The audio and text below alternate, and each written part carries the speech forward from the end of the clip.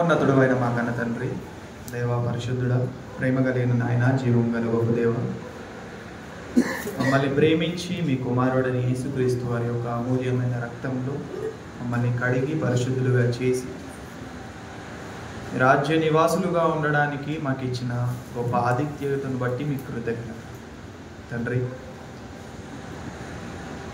రాజ్య నివాసులుగా ఉన్న మేము రాజ్య సంబంధమైన పిల్లలుగా, నమ్మకమైన పనివారిగా మేమందరం ఉండేలా మా అందరికి మంచి ఆలోచన శక్తిని దయచేస్తారని కోరుకుంటున్నాం.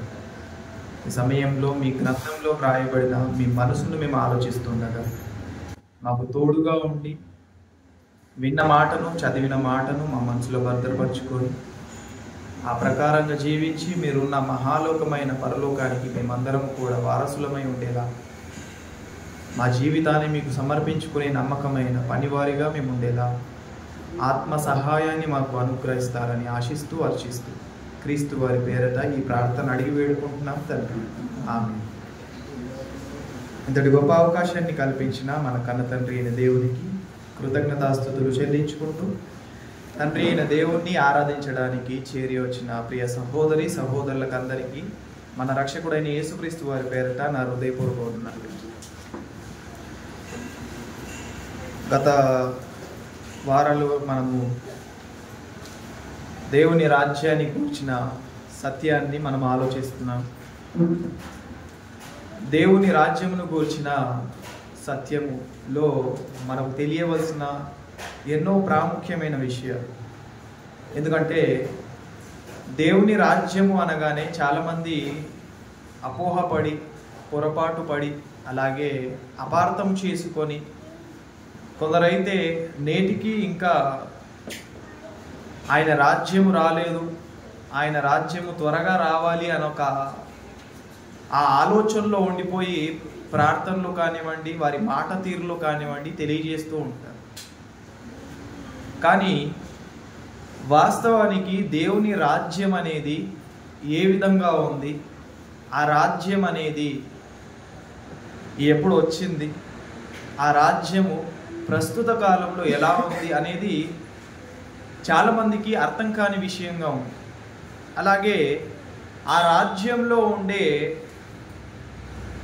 ఆనవాలులు, లక్షణాలు, ఆ రాజ్యానికి ఉండే ఈ లక్షణాలు ఎవరైతే కలిగి ఉంటారో వారు మాత్రమే రాజ్య నివాసులుగా ఉంటారు అని ఈ స్పష్టమైన వివరణ బైబిల్లో నుండి వారు అర్థం చేసుకోలేక అపార్థం చేసుకున్నవారు ఉన్నారు. కాబట్టి అలాంటి వారిగా మనం కాక రాజ్యమును గూర్చిన పూర్తి అవగాహన మనకు ఉండాలి. రాజ్య నివాసులుగా ఉండాలి అంటే రాజ్యం అంటే ఏంటో మనకు తెలియాలి. ఇంతకుముందు మనం ఆలోచించినట్టుగా రాజ్యము అనేది ఒక రాజు ఉంటే రాజ్యముగా ఉంటుంది. రాజు మాత్రమే కాక ప్రజలు కూడా రాజ్యంలో ఉండాలి. అలాగే ఆ రాజ్యంలో చట్టము అనేది ఉండాలి. చట్టము కాక చట్టాన్ని అతిక్రమించిన ప్రతి ఒక్కరికి కూడా శిక్షణ అనేది ఉంటుంది. శిక్ష అనేది ప్రతి ఒక్కరికి ఆయన నియమిస్తారు.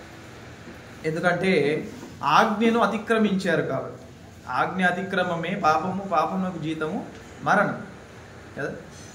ఇలా ప్రారంభం నుండి అనగా నిత్యత్వం నుండి నిత్యత్వం వరకు చేరేంత వరకు ఈ రాజ్యం అనేది ఏ విధంగా ఉంది, ఈ రాజ్యాన్ని ఎవరు పరిపాలించారు, కాలానుగుణంగా ఏ విధంగా రాజ్యం అనేది విస్తీరణ చెందింది, ఇవన్నీ కూడా మనము కిందటి వారంలో ఆలోచించాం. ప్రారంభం నుండి మనం ఆలోచిస్తే పితరులు ఉన్నారు, ఆ తర్వాత మోషే గారి యుగంలో ఉన్న ఇశ్రాయేలీయులు ఉన్నారు, ఆ తర్వాత క్రీస్తు యుగంలో క్రైస్తవులు ఉన్నారు కదా. పితరులకు దేవుడే వారికి అధిపతిగా ఉన్నాడు, యెహోవా దేవుడే వారికి రాజుగా ఉన్నాడు. ఆ తర్వాత కూడా ఇశ్రాయేలీయులకు రాజుగా ఆయనే ఉన్నను, అధిపతిగా ఆయనే ఉన్నను. మనుషుల్లో నుండి మాకు రాజు కావాలి అని ఒక ఆలోచనతో సౌలు గారిని సమూయేలు గారితో చెప్పి, ఇదిగో ఈ వ్యక్తి ఈ ఇశ్రాయేలీయులకు నడిపించే రాజుగా ఉండాలి అనేసి మనుషుల్లో మొట్టమొదటిగా రాజుగా నియమింపబడిన వ్యక్తి ఎవరు అంటే సౌలు గారు. అంటే అన్య రాజులలో రాజులు ఉన్నారు, కానీ ఇశ్రాయేలీయులను గురించి మనం ఆలోచిస్తే దేవుడు ఎన్నిక చేసుకున్న ప్రజలలో మొట్టమొదటిగా రాజుగా ఎన్నిక చేయబడిన వ్యక్తి ఎవరు అంటే సౌలు. ఈ మనుషులలో రాజులుగా ఉన్నను వీరందరికీ అధిపతిగా, రాజుగా, అధికారిగా, ఏలుబడి చేసేవారిగా ఎవరున్నారు అంటే యెహోవా దేవుడే ఉన్నారు. అందుకే దానియేలు గ్రంథంలో అంటారు కదా, రాజు నియమింపబడాలన్నా, ఆ రాజు తొలగిపోవాలన్నా కారణం ఎవరు? యెహోవా దేవుడే కదండి. అతడు అధికారంలో ఉండాలి అన్నా, ఆ అధికారంలో నుండి పడిపోవాలి అన్నా కారణం యెహోవా దేవుడే. అంటే ఆల్టర్నేట్గా యెహోవా దేవుడే వారికి అధిపతిగా, గొప్పవారిగా, రాజుగా ఉన్నారు. ఇక క్రీస్తు యుగానికి వస్తే, క్రీస్తు యుగంలో క్రీస్తే రాజు అయి ఉన్నారు, క్రీస్తే అధికారి అయి ఉన్నారు, క్రీస్తే అధిపతిగా ఉన్నారు. ఆయన మనకు ప్రభువుగా ఉన్నాడు, అలాగే మనందరికీ రక్షకుడిగా ఆయన ఉన్నాడు. అందుకే ఆయన పేరులోనే మనకు ఆ అర్థం తెలిసిపోతుంది. యేసు అంటే అర్థం ఏంటి? రక్షకుడు అని. క్రీస్తు అంటే అర్థం ఏంటి? అభిషక్తుడు అని కదా. రక్షకుడు ఆయనే, అలాగే అభిషక్తుడు అనగా రాజు ఆయనే. ఆయనను గూర్చి మనకు చాలా విషయాలు పాత నిబంధనలోనే తెలియబడ్డాయి. ఆయన వస్తాడు, ఆయన రాజుగా ఉంటాడు, ఆయన రాజ్యము నిరంతరము ఉంటుంది, ఆయన రాజ్యదండము తొలగిపోదు కదండి. ఆది కాండంలోనే మనకు కనిపిస్తుంది. యూదా గారికి యాకోబు గారు ఆశీర్వాదాలు ఇస్తున్న సమయంలోనే తెలియజేసిన మాటలు మనకు కనిపిస్తాయి. ఈ సందర్భంలో ఒకసారి మనం చూద్దాం. ఆది కాండము 49వ అధ్యాయము. యూదా గారికి ఆశీర్వాదం ఇస్తూ యాకోబు గారు మాట్లాడిన మాట, అది భవిష్యత్తు కాలంలో వచ్చి యేసుక్రీస్తు వారిని గూర్చిన విషయాలు అన్న విషయము మనకు అక్కడ తెలుస్తుంది.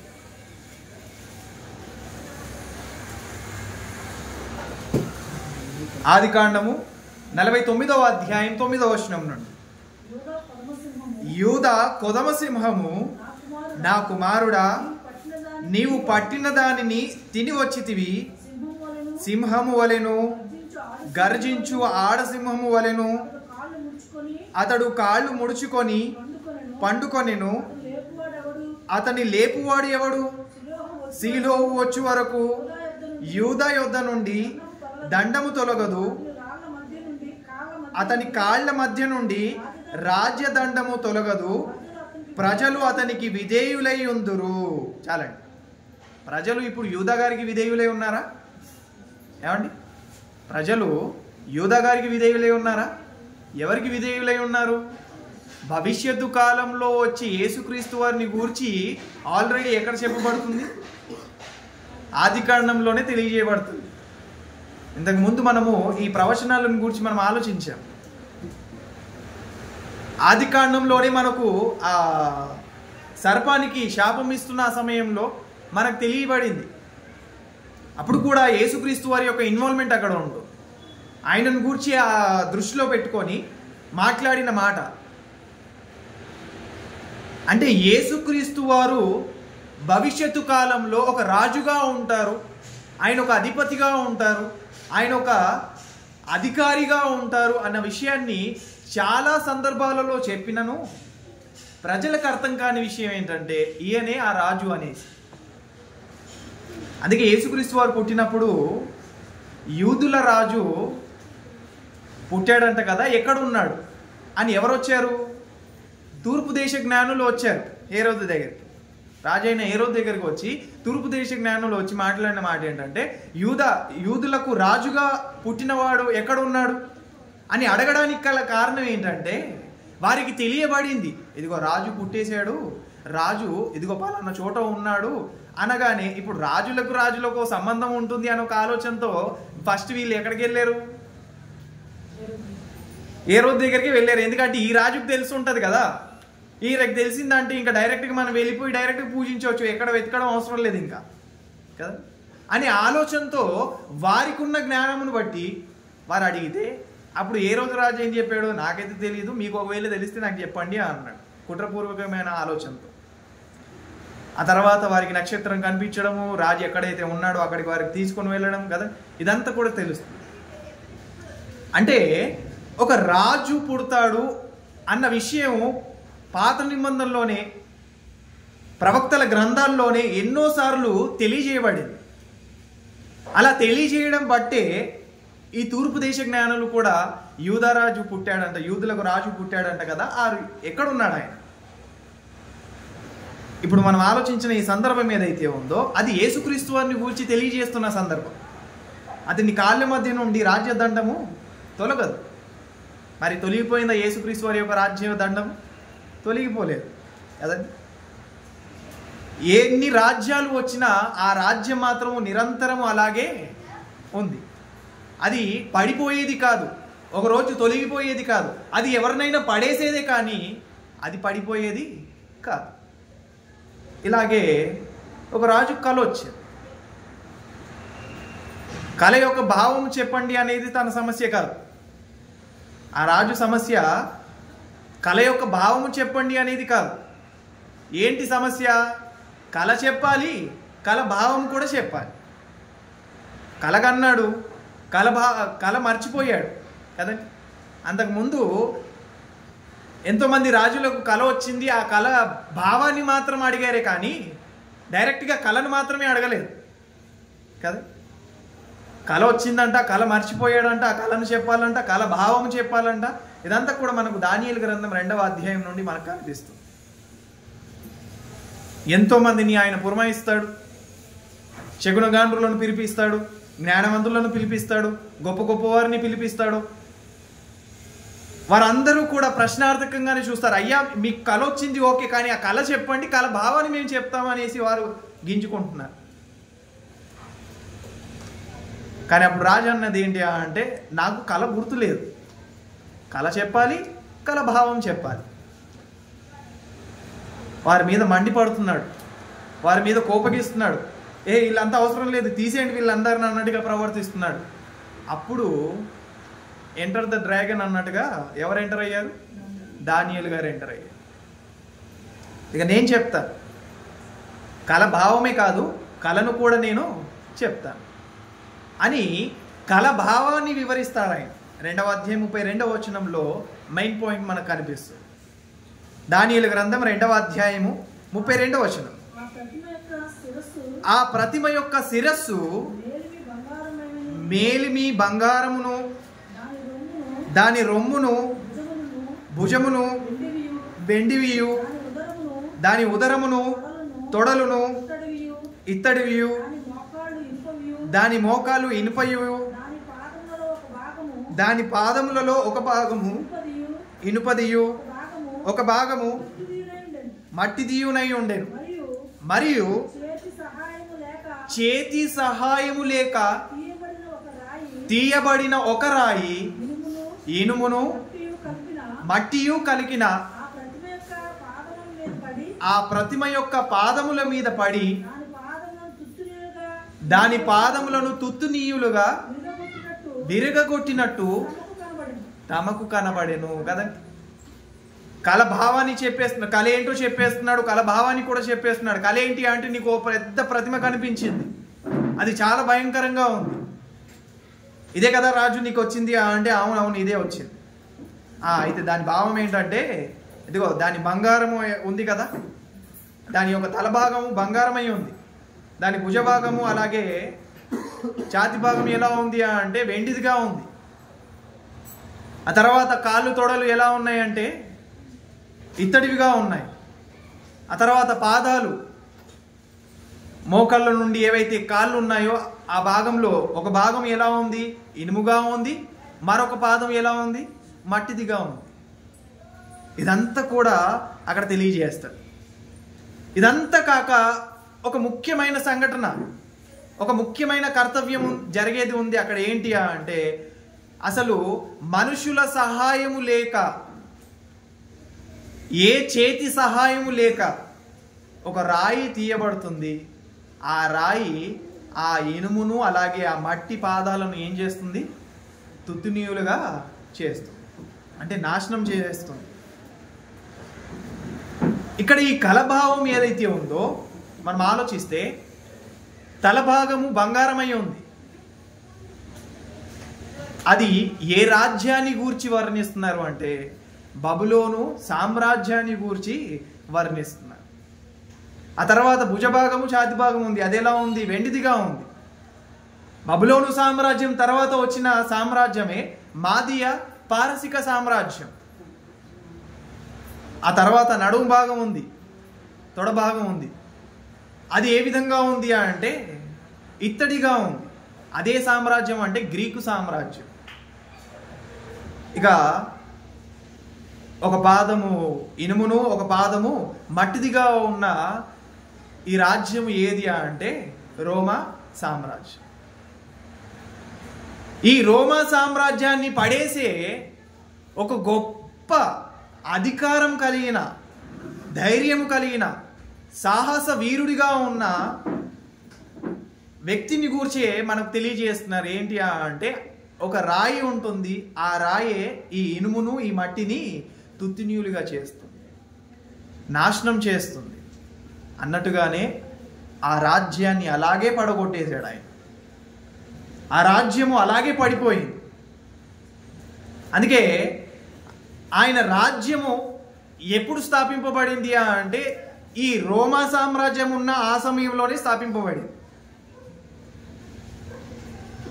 క్రీస్తు సామ్రాజ్యము ఎప్పుడు స్థాపింపబడింది అంటే రోమా సామ్రాజ్యము ఉన్న సమయంలోనే దాన్ని పడగొట్టడానికి స్థాపింపబడింది. అందుకే పిలాతు అడుగుతాడు కదా, పిలాతు ఎవరు అండ్ పిలాతు ఎవరు? రాజు, రోమా సామ్రాజ్యపు రాజు కదండి. ఇప్పుడు అతను అడుగుతాడు ఏమని, నువ్వు రాజువేనా అంటే అవును నేను రాజునే, కానీ నువ్వు అనుకున్నట్టుగా ఈ లోక సంబంధమైన రాజును నేను కాదు, నా రాజ్యం ఈ లోక సంబంధమైనది కూడా కాదు.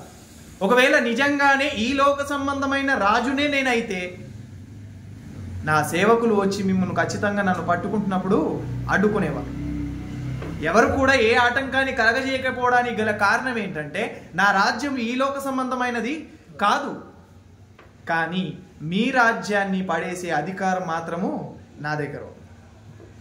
అందుకే రోమా సామ్రాజ్యం పడిపోయిన తర్వాత మరొక సామ్రాజ్యము నిలబడింది. ఇక ఆ రాజ్యం మాత్రమే కొనసాగుతూనే ఉంది ఇప్పటికి. అదే క్రీస్తు మహాసామ్రాజ్యం.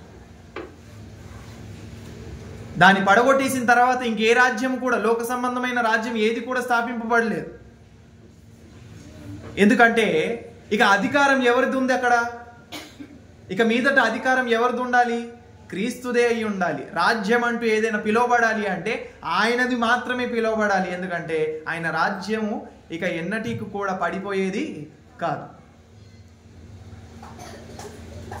ఇక్కడ అర్థం కావాల్సిన విషయం ఏంటంటే ఈ 4 సామ్రాజ్యాలు గొప్పవే. ఈ 4 సామ్రాజ్యాలు కూడా ఆలోచించిన ఆలోచన ఏంటంటే మమ్మల్ని ఎవరు కూడా పడగొట్టలేరు, మమ్మల్ని ఎవరు కూడా తృణీకరించలేరు అని ఒక ఆలోచనతో ఉన్నవే. కానీ అవన్నీ కూడా పడిపోయి ఒక మహాసామ్రాజ్యం నిలబడుతుంది, అది నిరంతరము ఉంటుంది అన్నది మనకు ప్రవచనాలలో ఎంతో స్పష్టంగా తెలియజేస్తుంది. గత వారంలో మనం చూసాం కదా, సమూయేలు 2వ గ్రంథంలో 7వ అధ్యాయము 13వ వచనం. అతడు నా నామ ఘనత కొరకు ఒక మందిరమును కట్టించును, అతని రాజ్య సింహాసనమును నేను నిత్యముగా స్థిరపరచెదను. ఏం చేస్తాడంట ఆయన? నిత్యము ఉండే రాజ్యం అది. శాశ్వతము కాని ఆ రాజ్యంలో రాజ్య నివాసులుగా ఉండడం కంటే శాశ్వతంగా ఉండే రాజ్యంలో మనం రాజ్య నివాసులుగా ఉండడమే శ్రేయస్కరం కదండి. శాశ్వతంగా ఉండేదాన్ని మనం కోరుకుంటామా, అశాశ్వతంగా ఉన్నదాన్ని కోరుకుంటామా? శాశ్వతంగా ఉండేదాన్ని కదా మనం కోరుకుంటాము కదా. ఈ లోక సామ్రాజ్యాలు ఏవైతే ఉన్నాయో అవన్నీ కూడా అశాశ్వతమైనవి. కానీ శాశ్వతంగా ఉండే రాజ్యం ఏది? ప్రభు అయిన యేసుక్రీస్తు వారి రాజ్యం మాత్రమే. ఆ రాజ్యంలో ఎవరైతే రాజ్య నివాసులుగా ఉంటారో వారు మాత్రమే ఆ రాజ్యంలో అధికారం కలిగిన వారిగా ఉంటారు. వారు మాత్రమే ఆ రాజ్య సంబంధులుగా ఉంటారు. అలా మనమందరము కూడా ఆయన రాజ్య సంబంధులుగా ఉండాలని ఒక గొప్ప సంకల్పంతోనే మనల్ని అందరినీ కూడా పుట్టించాడు. మనకి ఆయుష్కాలాన్ని పొడిగిస్తున్నాడు. ఇంకనూ ఆయన అవకాశం ఇస్తూనే ఉన్నాడు. కారణం ఏంటంటే మనం ఆయన రాజ్య నివాసులుగా ఉండాలని కోరుకున్నాడు. రాజ్య నివాసులుగా ఉండడమే కాక ఆయనకు మనము రాజకీయముగా ఉన్నాము. అలాగే ఆయనకు యాజకత్వం చేసేవారిగా ఉన్నాం. ఆయన రాజ్యముగా మనమే ఉన్నాం. మనమే ఆయన రాజ్యము. ప్రకటన గ్రంథం 1వ అధ్యాయంలో చూసాం కదా, 6వ వచనం. ప్రకటన గ్రంథం 1వ అధ్యాయం 6వ వచనం. మనలను ప్రేమించుచు తన రక్తము వలన పాపములో నుండి మనలను విడిపించిన వానికి మహిమను ప్రభావమును యుగ యుగములను కలుగునుగాక. ఆమేన్. ఆయన మనలను తన తండ్రియగు దేవునికి ఒక రాజ్యముగాను యాజకులను గాను చేసాను. ఎలా చేశాడంట? ఆయన తన తండ్రి అయిన దేవునికి రాజ్యముగాను యాజకులను గాను చేశాడు. ఎవరు చేశారు? ప్రభు అయిన యేసుక్రీస్తు వారు చేశారు. తండ్రి అయిన దేవుడు యేసుక్రీస్తు వారి యొక్క రాజ్య నివాసులుగా మనల్ని చేస్తే యేసుక్రీస్తు వారు ఏం చేశారు? తండ్రి అయిన దేవునికి రాజ్యముగా ఉండాలి, అలాగే యాజకులుగా ఉండాలని చేశారు. అంటే మనమందరము కూడా ఎన్నిక చేయబడ్డానికి గల ముఖ్య కారణమే ఆయన రాజ్య సంబంధులుగా మనము ఉండాలి అనేసి. ఆయన రాజ్య సంబంధులుగా మనం ఉండాలి అంటే ప్రభు అయిన యేసుక్రీస్తు వారి యొక్క రక్తంలో మనం అందరము కడగబడి ఆయన రాజ్య నివాసులుగా ఉండాలి. ఆయన రాజ్య నివాసులుగా ఉన్న మనల్ని యేసుక్రీస్తు వారు ఏం చేస్తారంటే, ఏ విధంగా మారుస్తారంటే ఆయన రాజ్యముగా యాజకులుగా మనల్ని మారుస్తారు. అదే ప్రకటన గ్రంథం 5వ అధ్యాయము 9-10 వచనాల్లో తెలియజేస్తున్న మాటను ఒకసారి చూద్దాం. ఆ పెద్దలు నీవు ఆ గ్రంథము తీసుకొని దాని ముద్రలను విప్పుటకు యోగ్యుడవు, నీవు వధింపబడిన వాడవై నీ రక్తమిచ్చి ప్రతి వంశములోను ఆయా భాషలు మాట్లాడు వారిలోను ప్రతి ప్రజలోను ప్రతి జనములోను దేవుని కొరకు మనుషులను కొని మా దేవునికి వారిని ఒక రాజ్యముగాను యాజకులుగాను చేసితివి గనుక వారు భూలోకమందు ఏలుదురని క్రొత్త పాట పాడుదురు కదండి. ఇప్పుడు భూలోకం అంతా కూడా ఏలే ఆ అవకాశము అధికారం ఎవరికి ఇచ్చారు? మనకిచ్చాడు కదా. ఎప్పుడున్నప్పుడు ఆయన రాజ్య సంబంధులుగా ఉన్నప్పుడు, ఆయన రాజ్య నివాసులుగా ఉన్నప్పుడు యేసుక్రీస్తు వారు మనలను తండ్రి అయిన దేవునికి రాజ్యముగాను యాజకులుగాను ఎప్పుడైతే ఆయన పర్మినెంట్ చేస్తాడో అప్పుడు మనము భూలోకాన్ని ఏం చేస్తాము? స్వతంత్రించుకుంటాం. అలాగని సహజ సిద్ధంగా కనిపించే ఈ మట్టిని గూర్చి మాట్లాడట్లేదు ఆయన. ఒకరోజు నాశనం అయిపోయే ఈ భూలోకాన్ని గూర్చి, అనగా కనిపించే ఈ కొండలు, మట్టి, గాలి, దీని గురించి మాట్లాడట్లేదు ఆయన. దేన్ని మనము సంపాదించుకుంటాము, దేనికి మనము అధికారిగా ఉంటాము అంటే ఇదిగో మనుషుల్లోనే మనము గొప్పవారిగా ఉంటాం. చాలామంది పొరపడిన విషయం ఏంటంటే వారు భూలోకాన్ని స్వతంత్రించుకుంటారు. మత్తయి సువార్తలు కూడా చెప్తారు కదండి, దుఃఖపడువారు ధన్యులు, వారు ఓదార్చబడుదురు. సాత్వికులు ధన్యులు, వారు భూలోకమును స్వతంత్రించుకొందురు కదా. భూలోకమును స్వతంత్రించుకొందురు, భూలోకాన్ని గురించి ఇక్కడ కూడా మనకు తెలియజేస్తున్నారు. భూలోకాన్ని స్వతంత్రించుకుంటారు అని అక్కడ, అలాగే ఇక్కడ కూడా ఏమంటున్నారు చివరి మాటల్లో, ఒక రాజ్యము గాను యాజకులను గాను చేసితివి గనుక వారు భూలోకమందు ఏలుదురని క్రొత్త పాట పాడుదు. భూలోకాన్ని ఏలడం ఏంటి? వాస్తవానికి భూలోకాన్ని ఏలడమే అయితే యేసుక్రీస్తు వారే ఈ భూలోకానికి రాజుగా ఉండొచ్చు కదా. యేసుక్రీస్తు వారు ఏమన్నారు మరి పిలాతు గారు అడిగినప్పుడు? నా రాజ్యం ఈ లోక సంబంధమైనది కాదు అన్నాడు. మరి ఇక్కడ ఏంటి భూలోకాన్ని మనము రాజ్యం చేస్తాము, భూలోకాన్ని మనం ఏలుతాం అంటున్నారు? ఇక్కడ చెప్పతలంచిన విషయం ఏంటంటే కదా, భూలోకం అంటే మనం కామన్గా కనిపించే ఈ మట్టి, దీన్ని కాదు మనం తీసుకోవాల్సింది. భూలోకంలో ఉండేది ఎవరు? మనుషులు కదా. ఈ మనుషులను మనము సంపాదించుకుంటాం. ఏలుతాము అంటే ప్రతిసారి మనము ఆ అధికారంలోనికి వెళ్ళిపోకూడదు. ఏలుతాము అంటే ప్రతిసారి మనము అధికారంలోనికి వెళ్ళిపోకూడదు. ఎందుకు అంటే ఇక్కడ చెబుతున్న ఇంటెన్షన్ ఏంటంటే మనం వారిని పొందుకుంటాం. అక్కడ మత్తయి సువార్తలో కూడా చెప్పిన మాట అదే, సాత్వికులు ధన్యులు, వారు భూలోకమును స్వతంత్రించుకొందురు. అసలు భూమి మీదకు ఏ వస్తువును కూడా మీరు కూడుకోకండి, ఏ వస్తువును కూడా మీరు సమకూర్చుకోకండి, అలాగే దాని గురించి ఏ ఆలోచన కూడా మీరు పెట్టుకోకండి అన్న యేసుక్రీస్తు వారే మరలా దీవెన ఇస్తూ కదా, మీరు సాత్వికులుగా ఉంటే భూలోకాన్ని స్వతంత్రించుకోవడం అన్నాడు ఏంటి? సంబంధం లేనిగానే ఉంది కదా. అంటే దేని గురించి మాట్లాడుతున్నారు ఆయన? మనుషులను గురించి మాట్లాడుతున్నారు. మనం ఎప్పుడైతే సాత్వికంగా ఉంటామో అప్పుడు మనము ఎవరిని సంపాదించుకుంటాము? మనుషులను సంపాదించుకుంటాము కదా. నేను ఎంత సాత్వికంగా ఉంటానో అంత అమాయకులను చేసిన ఆస్తిని అంతా కూడా దోసేసుకునే వాళ్ళు ఉంటారు కదా. నేను సాత్వికంగా ఉంటే అప్పుడు ఏం చేస్తారు? నాకున్న ఆస్తిని అంతా కూడా నన్ను మాయ చేసి తీసేసుకుంటారు. దాని గురించి మాట్లాడట్లేదు. నేను సాత్వికతను కనుపరిస్తే నేను ఒక మనిషిని సంపాదించుకోగలను. అలాగే మనం భూలోకాన్ని ఏలుతాము అంటే ఏంటంటే భూలోకంలో ఉన్న మనుషులను అందరినీ కూడా మనం సంపాదించుకుంటాం. ఎందుకంటే ఆయన రాజ్య నివాసులం కదా. మనమందరము ఆయన రాజ్య నివాసులం కాబట్టి ఈ రాజ్య విస్తీరణ కొరకు, ఈ రాజ్యాన్ని మనము పెద్ద చేయడానికి, గొప్ప చేయడానికి మనుషులను మనం ఏం చేసుకుంటాము? పాపం అని ఆ చెరలో నుండి మనల్ని వారిని తీసుకొని వస్తాం, వెలుగులోనికి తీసుకొని వస్తాం. అప్పుడు మనం ఏమవుతాము? రాజులము, యాజకులుగా ఉంటాం. అదే చెప్పారు కదండి మా పేతురు గారు రాసిన మొదటి పత్రిక 2వ అధ్యాయం 9వ వచనంలో, అయితే చీకటిలో నుండి ఆశ్చర్యకరమైన తన వెలుగులోనికి పిలిచిన వాని గుణాతిశయములను ప్రచురము చేయు నిమిత్తము ఏర్పరచబడిన వంశమును రాజులైన యాజక సమూహమునై ఉన్నాము. మనము ప్రచురము చేస్తేనే కదా రాజ్య విస్తీరణ అనేది జరుగుతుంది. మనం ప్రచురం చేస్తేనే కదా అనేకులు రాజ్యంలోనికి ప్రవేశిస్తారు. మనం ప్రచురణ చేస్తేనే కదా క్రీస్తు యొక్క ఔన్నత్యం ఏంటో తెలుస్తుంది.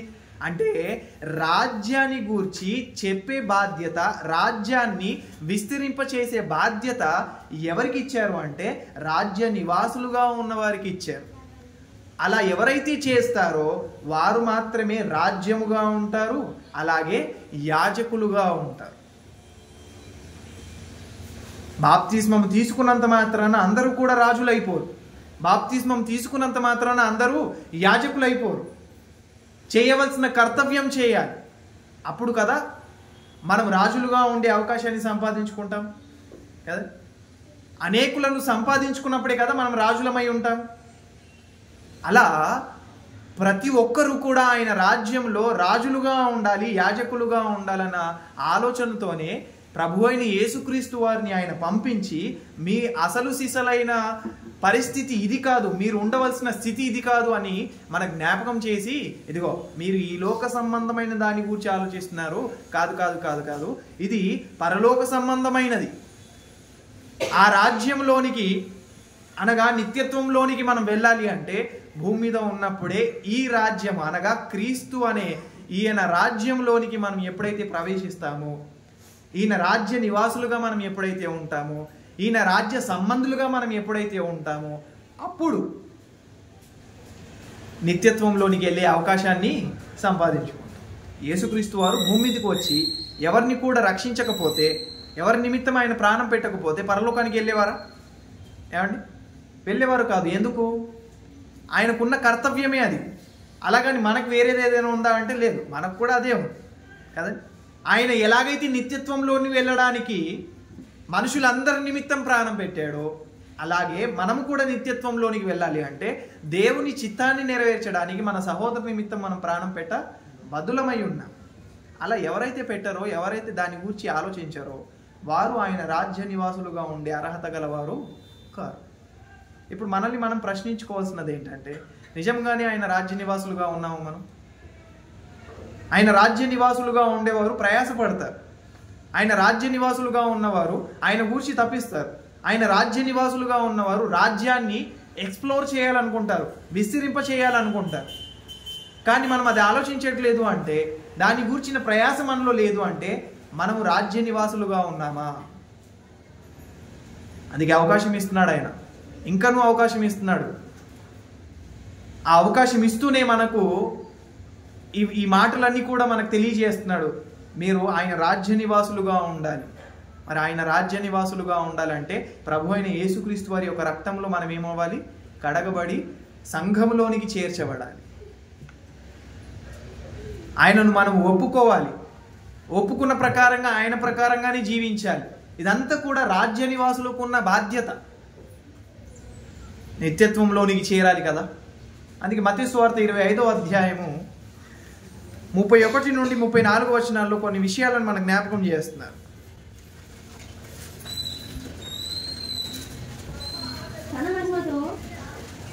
మత్తయి సువార్త 25వ అధ్యాయము 31 నుండి 34 వచనాలు.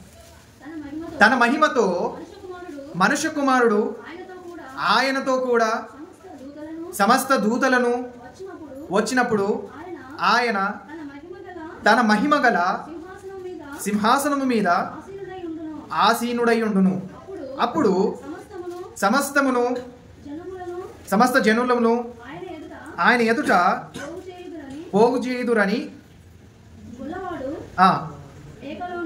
మేకలో నుండి గొర్రెలను వేరుపరచినట్లు ఆయన వారిని వేరుపరిచి తన కుడి వైపున గొర్రెలను ఎడమ వైపున మేకలను నిలవబెట్టును. అప్పుడు రాజు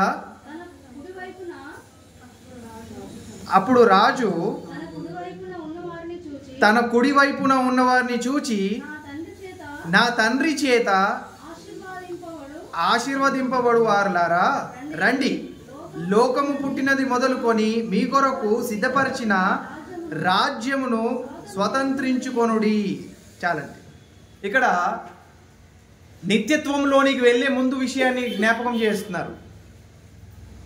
నిత్యత్వంలోనికి ప్రవేశించే ముందు జ్ఞాపకం చేస్తున్న విషయం ఏంటంటే, అనగా క్రీస్తు రెండవ రాకడని గూర్చిన సందర్భాన్ని జ్ఞాపకం చేస్తున్నారు ఆయన. ఏంటి అంటే, 2 గ్రూపులు ఉన్నాయి. ఒకటి గొర్రె, అలాగే మేకలు. ఈ గొర్రెలను ఆయన వేరు చేస్తాడు, అలాగే మేకలను వేరు చేస్తారు. గొర్రెలు అన్నవారు కుడివైపులో ఉన్నారు, ఎడం వైపులో ఉన్నవారు మేకలు. ఈ గొర్రెలను ఆయన ఏం చేస్తాడంటే, ఇదిగో మీరందరూ కూడా దేవుని రాజ్యంలోనికి ప్రవేశించే అర్హత గలవారు అనేసి వారిని నిత్యత్వంలోనికి తీసుకొని వెళ్ళారు. ఇక్కడ కూడా మనం ఆలోచించవలసిన విషయం ఏంటంటే, అధికారం అంతా కూడా ఆయనకు ఉంది. ఎవరికి? యేసుక్రీస్తు వారికి ఇవ్వబడింది. అందుకే అంటారు కదా ఆయన, ఇదిగో సర్వాధికారము నాకు ఇవ్వబడి, సర్వాధికారం ఆయన చేతిలో ఉంది. కాబట్టి ఇప్పుడు నిత్యత్వంలోనికి తీసుకొని వెళ్ళే అర్హత ఎవరికి ఉంది? యేసుక్రీస్తు వారికి మాత్రమే ఉంది. అలా ఆయన నిమిత్తము బ్రతికిన వారు, ఆయన కొరకు జీవించిన వారు ఎవరైతే ఉన్నారో వారు గొర్రెల గ్రూప్లో ఉంటారు. ఆయన కొరకు జీవించని వారు ఎవరైతే ఉన్నారో వారు మేకల గ్రూప్లో ఉంటారు. ఎవరైతే ఆయన నిమిత్తం బ్రతికారో వారిని మాత్రమే ఆయన ఎక్కడికి తీసుకొని వెళ్తానంటున్నాడు? 34వ వచనం చివరి మాటల్లో, అప్పుడు రాజు తన కుడివైపున ఉన్నవారిని చూచి, నా తండ్రి చేత ఆశీర్వదింపబడిన వారులారా రండి, లోకము పుట్టినది మొదలుకొని మీ కొరకు సిద్ధపరిచిన రాజ్యమును స్వతంత్రించుకొనుడి. లోకము పుట్టినది మొదలుకొని మీ కొరకు సిద్ధపరిచిన రాజ్యం ఒకటి ఉంది. ఏంటది? అదే నిత్యలోకము, పరలోకము. అందులోనికి మీరు ఏం చేయాలి? ప్రవేశించాలి, దాన్ని మీరు స్వతంత్రించుకోండి అనే అవకాశాన్ని ఎవరికి ఇస్తాడు ఆయన? గొర్రెలకు. ఆయన కుడి చేతి వైపు ఎవరైతే ఉన్నారో గొర్రెలు వారికి ఇస్తాడు. మరి మేకలు ఏమవుతారు? నాశనానికి వెళ్ళిపోతారు కదా. అంటే ఇక్కడ అర్థం చేసుకోవాల్సిన విషయం ఏంటంటే, మనము బ్రతికున్నప్పుడు ఆయన రాజ్య నివాసులుగా ఉండాలి, దేవునికి రాజ్యముగా యాజకత్వంగా మనం పిలువబడాలి. చనిపోయిన తర్వాత ఆయన గొర్రెలను మేకలను వేరు చేసి గొర్రెలను మాత్రమే నిత్యత్వంలోనికి వెళ్ళే అర్హత ఆయన ఇస్తాడు. మరి అలా నిత్యత్వంలోనికి వెళ్ళే అవకాశం గలవారిగా మనం ఉన్నామా? ఒకవేళ అలా లేకపోతే మనం ఏం చేయాలి? ఇప్పటి నుండి అయినా ప్రయాసపడాలి. ఆయన రాజ్య నివాసులుగా ఉండడానికి మనం ప్రయాసపడాలి. ఆ 4 రాజ్యాలను పక్కన పెట్టేసి ఒక గొప్ప మహాసామ్రాజ్యము, క్రీస్తు మహాసామ్రాజ్యము నిలబడింది. అది నిరంతరము కొనసాగేది. ఆ నిరంతరం కొనసాగే ఆ రాజ్యంలో మనము వారసత్వాన్ని సంపాదించుకొని, అధికారాన్ని సంపాదించుకొని అందులో ఉంటే అప్పుడు నిత్యత్వంలోనికి వెళ్ళగలం. మరి ఆ క్రీస్తు రాజ్యానికి అధికారిగా ఉన్నది ఎవరు? యేసుక్రీస్తు వారే. ఆయన చెప్పినట్టుగానే ప్రతీది జరగాలి. ఆయన చెప్పినట్టుగానే ప్రతీది కూడా ముందుకు వెళ్ళాలి. ఆయన చెప్పనిది ఏదైనా జరుగుతుంది అంటే అది ఆయన రాజ్య సంబంధులు చేసే పని కాదు. ఆయన రాజ్య సంబంధులైన వారు చేసే పని వేరుగా ఉంటుంది, ఆయన రాజ్య సంబంధులు కాని వారు చేసే పని వేరుగా ఉంటుంది. అందుకే ఆయన రాజ్య సంబంధులుగా, ఆయన రాజ్యంలో నివాసులుగా మనం ఉండాలి అంటే అధికారాన్ని, అవకాశాన్ని మనం సంపాదించుకోవాలి. ఆ రాజ్యాన్ని గురించి వర్ణిస్తారు పౌలు గారు. ఆ రాజ్యానికి శిరస్సుగా ఉన్నది ఎవరు అంటే యేసుక్రీస్తు వారు. మనమందరం కూడా ఏమై ఉన్నాము? ఆ రాజ్యంలో అవయవాలుగా ఉన్నాం. ఆ రాజ్యానికి శిరస్సుగా ఉన్నది ఎవరు? యేసుక్రీస్తు వారు. ఎఫెసీయులకు రాసిన పత్రిక 5వ అధ్యాయంలో తెలియజేస్తారు. ఎఫెసీయులకు రాసిన పత్రిక 5వ అధ్యాయము 23వ వచనం. క్రీస్తు సంఘమునకు శిరస్సు అయి ఉండులాగున పురుషుడు భార్యకు శిరస్సు అయి ఉన్నాడు. క్రీస్తే శరీరమునకు రక్షకుడై ఉన్నాడు.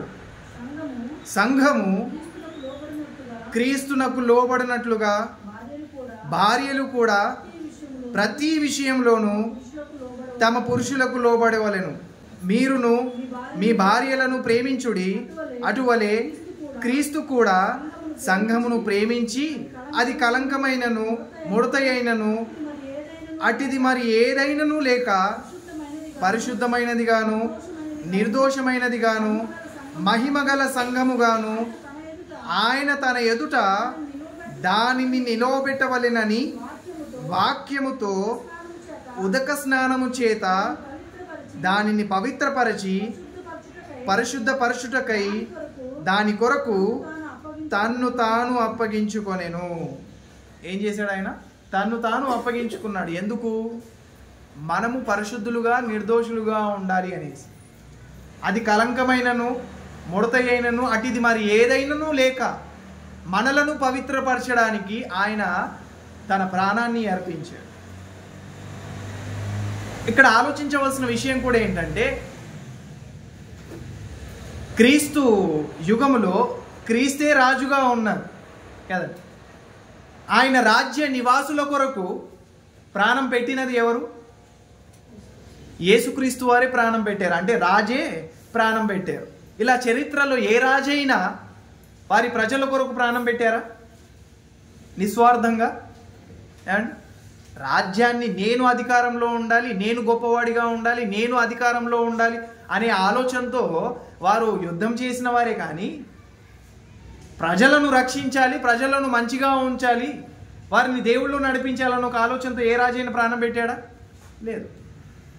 కానీ ప్రజల నిమిత్తము, ప్రజలు క్షేమంగా ఉండాలి, ప్రజలందరూ కూడా పరిశుద్ధులుగా ఉండాలి అని ప్రాణం పెట్టిన ఏకైక రాజు ఎవరు అంటే మన ప్రభు అయిన యేసుక్రీస్తు వారు మాత్రమే. ఆయన మనల్ని గూర్చి అంత గొప్పగా ఆలోచించారు. ఎందుకంటే మనము విలువైన వారము కాబట్టి. అందుకే విలువ పెట్టి ఆయన మనల్ని కొన్నాడు కదా. మనం విలువైన వారము కాబట్టి కదా విలువ పెట్టి మనల్ని కొన్నాడు. అంటే మనం ఏంటో మనం గుర్తించి ఆయన రాజ్య నివాసులుగా ఉన్నామో లేదో మనము పరీక్షించుకోవాలి. అలా ఆయన రాజ్య నివాసులుగా ఉండడానికి ఆయన ప్రారంభం నుండి, ఎప్పటి నుండి, జగత్తుకు పునాది వేయబడక ముందు నుండే ఆయన తన ప్రణాళికలో, తన సంకల్పంలో మనల్ని అందరినీ కూడా ఏర్పరచుకున్నాడు. క్రీస్తు సంఘంలో మనం అందరము ఉండాలి అని. ఆ సంఘానికి శిరస్సుగా ఉన్నది యేసుక్రీస్తు వారు. ఆ సంఘంలో మనం అందరము కూడా ఆయనకు లోబడి ఉండాలి, ఆయన చెప్పినట్టుగా ఉండాలి. అందుకే 23వ వచనంలో ఏమని చెప్తున్నారు? క్రీస్తు సంఘమునకు శిరస్సు అయి ఉండులాగున పురుషుడు భార్యకు శిరస్సు అయి ఉన్నాడు. క్రీస్తే శరీరమునకు రక్షకుడై ఉన్నాడు. క్రీస్తే శరీరానికి ఏమై ఉన్నాడు? రక్షకుడై ఉన్నాడు. అంటే ఆయన కాక ఇంకెవరు కూడా మనల్ని రక్షించేవారు లేరు. ఆ తర్వాత చెప్తున్నారు ఏమని? సంఘము క్రీస్తునకు లోబడినట్లుగా భార్యలు కూడా ప్రతి విషయంలోనూ పురుషులకు లోబడాలి. ఇక్కడ స్త్రీ పురుషులను గురించి మాట్లాడుతూనే సంఘాన్ని గురించి కూడా తెలియజేస్తున్నాడు. సంఘము ఎవరికి లోబడి ఉన్నది? క్రీస్తుకు లోబడి ఉన్నది. అంటే సంఘం ఏం చేయాలి? సంఘం ఏం చేయాలి? క్రీస్తుకు లోబడి ఉండాలి. మనమే ఆయన రాజ్యం అన్నప్పుడు, మనమే ఆయన యాజకులం అన్నప్పుడు ఆయనకు మనము లోబడి ఉండే తత్వం కలిగిన వారిగా ఉండాలి. ఎప్పుడైతే అలా లోబడి ఉంటామో అప్పుడు ఆయన రాజ్య నివాసులుగా ఉండే అర్హతను సంపాదించుకుంటాం.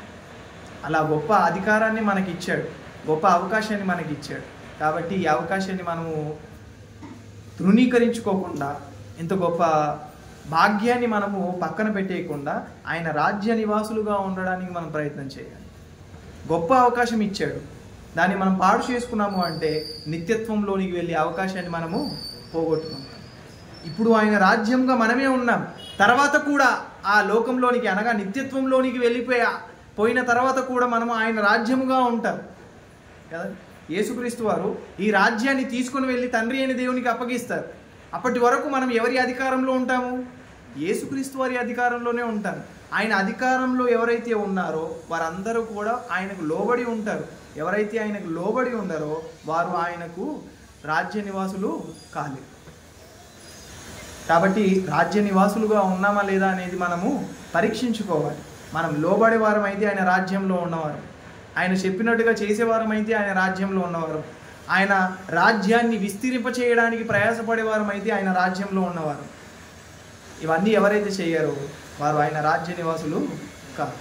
కాబట్టి జాగ్రత్త పడదాం, ఆయన రాజ్య నివాసులుగా ఉండడానికి మనము ప్రయాసపడదాం. కానీ మూసుకొని ప్రార్థన చేసుకుందాం. మిగతా విషయాలను 60వ భాగంలో ఆలోచిద్దాం. మహోన్నతుడమైన మా కన్న తండ్రి, దేవపరిశుద్ధుడా, మమ్మల్ని ప్రేమించి మాకు ఇచ్చిన ఈ గొప్ప అవకాశాన్ని బట్టి మీకు కృతజ్ఞతలు తండ్రి.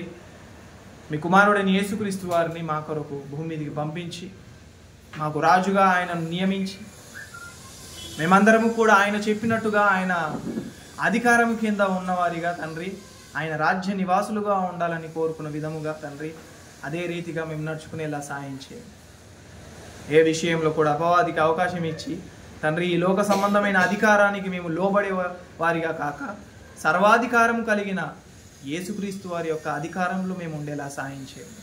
ఆయన ఏలుబడిలో మేము ఉండేలా సాయం చేయండి తండ్రి.